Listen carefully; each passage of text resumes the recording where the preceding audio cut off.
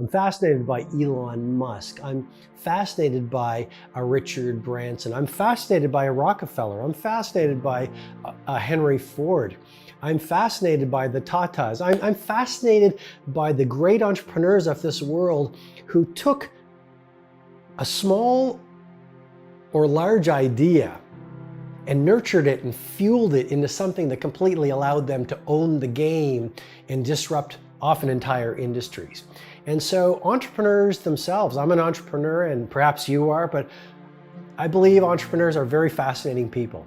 And I think also we're very eclectic. And I wanted to walk you through 4 signs of a genius entrepreneur, because when you spot them, then you can model them, and maybe even you're one of them. And I'm going to get into the first one.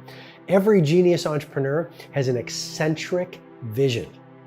So they're possibilitarians.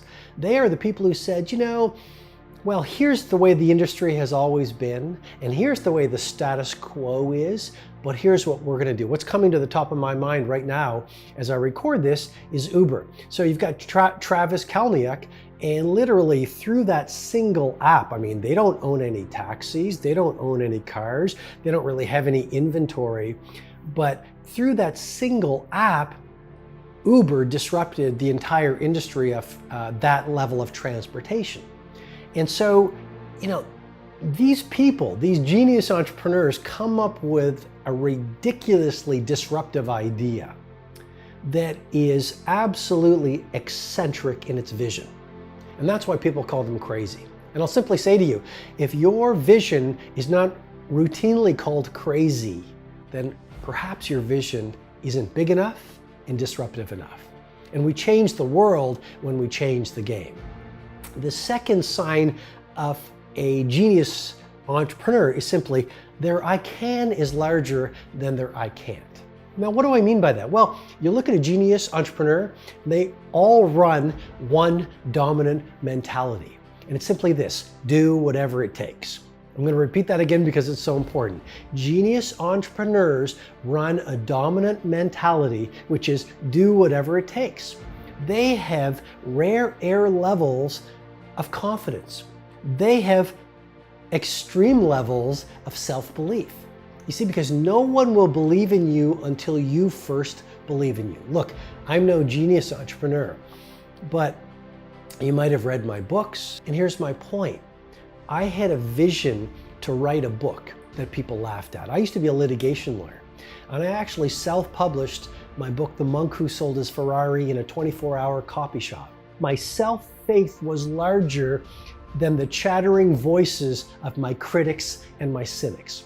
And so when you look at a genius entrepreneur like an Elon Musk, like a Jeff Bezos of Amazon, you will realize that their I can is a lot more than that, larger than their I can't. Everyone laughs at them. They say, this will never work. But deep within their core, they viscerally know that it will. And I guess related to that is a key insight I want you to recalibrate and dial into, which is this: instinct is always more powerful than reason. You see, your intellectual mind just is based on what's worked in the past. But your instinct is so much wiser.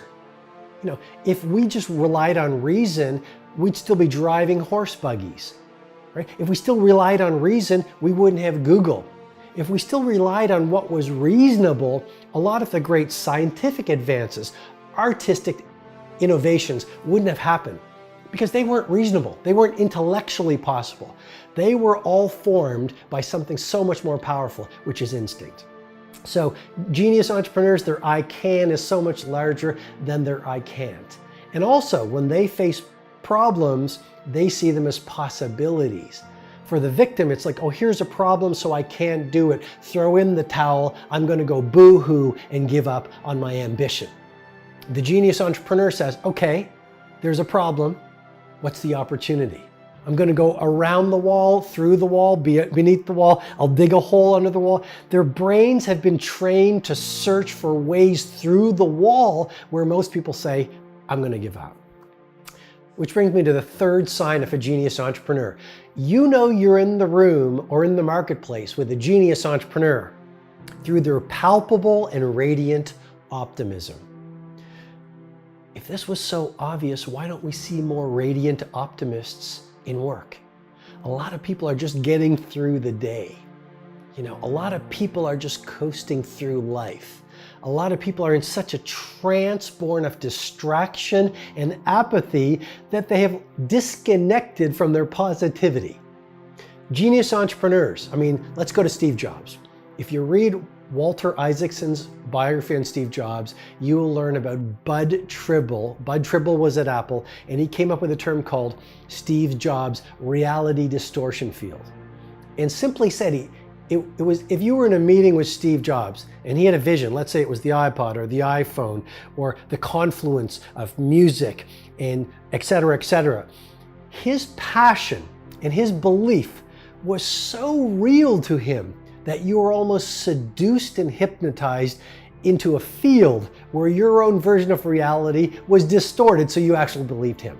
Now, if you want to be a genius entrepreneur, if you want to be a genius producer, no matter what it is that you do, you have to get to ideas and you have to so believe in your vision for the future or the new product or the new project that everyone around you is hypnotized by your radiant optimism.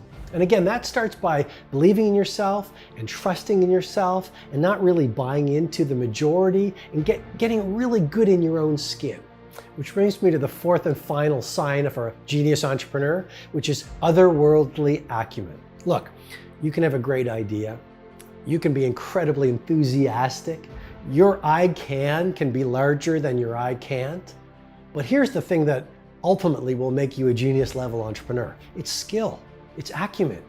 I mean, when I work with the billionaires as their private advisor to help them exponentially grow their businesses or craft world-class lives that make history, when I work with the people from across the planet who try to get into the Titan Summit, my 4-day annual flagship event every year, when I work with the best of the best, I mean, a lot of NFL athletes, NBA athletes, football superstars who follow my work, here's the one thing they all have in common. They have otherworldly levels of acumen. They have practiced well past the 10,000 hours that Anders Ericsson has taught us is the beginning of exceptional performance. They practice the 3.44 hours of training every single day. They have invested so much of their energy and their time and skills in not only practicing their craft, but learning about their craft and populating their life with peers who are world class. And they have really made the sacrifices required so that the one thing they want to be best in world at has become their dominant obsession. When you see them on the football field, or when you see them as an entrepreneur, when you see them doing the work that they do, you literally step back and go, they're otherworldly good. I've never seen someone with that level of insight. I've never seen someone lead or work that way. I've never seen someone bend the ball like Beckham used to bend the ball. You know, Beckham's father said Beckham used to spend every single night on the playing field when he was a little kid. We look at the Brazilian footballers and we say, oh, they must be genetically gifted. No, ever since, I mean, the whole culture in Brazil is little kids play football so that by the time they're 13, they've touched the ball millions of times. Of course, North Americans can't touch their acumen. So the fourth sign of a genius entrepreneur, otherworldly acumen, born of deep and daily deliberate practice.